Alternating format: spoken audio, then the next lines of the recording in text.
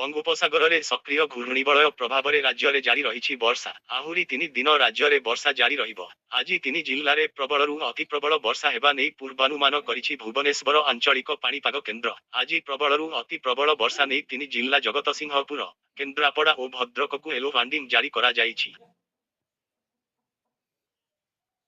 ଏସବୁ ଜିଲ୍ଲାର କିଛି ସ୍ଥାନରେ 12ରୁ 20 ସେଣ୍ଟିମିଟର ଯାଏ ବର୍ଷା ହୋଇପାରେ। ସେହିପରି ବରଗଡ଼, ଝାରସୁଗୁଡ଼ା, ସମ୍ବଲପୁର, ସୁନ୍ଦରଗଡ଼, ଦେବଗଡ଼, କେନ୍ଦୁଝର, ମୟୂରଭଞ୍ଜ, ବାଲେଶ୍ୱର, ଯାଜପୁର, ଢେଙ୍କାନାଳ, ଅନୁଗୁଳ, କଟକ, ପୁରୀ ଓ ଖୋର୍ଦ୍ଧା ଜିଲ୍ଲାରେ 1ରୁ 2ଟି ସ୍ଥାନରେ ପ୍ରବଳ ବର୍ଷା ହୋଇପାରେ। ଏହି ସବୁ ଜିଲ୍ଲାରେ 7ରୁ 11 ସେଣ୍ଟିମିଟର ପର୍ଯ୍ୟନ୍ତ ବର୍ଷା ହେବ। ଏସହ ଘଣ୍ଟା ପ୍ରତି 30ରୁ 40 କିମି ବେଗରେ ପବନ ବୋହିବ। ସେଥିପାଇଁ ୟେଲୋ ୱାର୍ଣ୍ଣିଂ ଜାରି କରାଯାଇଛି। ଆସନ୍ତାକାଲିଠାରୁ ବର୍ଷା ପ୍ରଭାବ ସାମାନ୍ୟ କମିପାରେ। ଝାରସୁଗୁଡ଼ା, ବରଗଡ଼ ଓ ସୁନ୍ଦରଗଡ଼ ଜିଲ୍ଲାରେ 1ରୁ 2ଟି ସ୍ଥାନରେ ପ୍ରବଳରୁ ଅତି ପ୍ରବଳ ବର୍ଷା ହେବାର ସମ୍ଭାବନା ରହିଛି। ସେହିପରି ଦେବଗଡ଼, ସମ୍ବଲପୁର, ସୋନପୁର ଓ ବୌଦ୍ଧ ଜିଲ୍ଲାରେ 1ରୁ 2ଟି ସ୍ଥାନରେ ପ୍ରବଳ ବର୍ଷା ହୋଇପାରେ। ଏହି ସବୁ ଜିଲ୍ଲାରେ 7ରୁ 11 ସେଣ୍ଟିମିଟର ପର୍ଯ୍ୟନ୍ତ ବର୍ଷା ହେବ। ଏଥିସହ ଘଣ୍ଟା ପ୍ରତି 30ରୁ 40 କିମି ବେଗରେ ପବନ ବୋହିବ।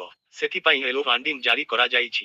ରବିବାର 1 ତାରିଖରେ ବରଗଡ଼, ଝାରସୁଗୁଡ଼ା, ସୁନ୍ଦରଗଡ଼, ଦେବଗଡ଼ ଓ କେନ୍ଦୁଝର ଜିଲ୍ଲାରେ 1ରୁ 2ଟି ସ୍ଥାନରେ ପ୍ରବଳ ବର୍ଷା ହୋଇପାରେ।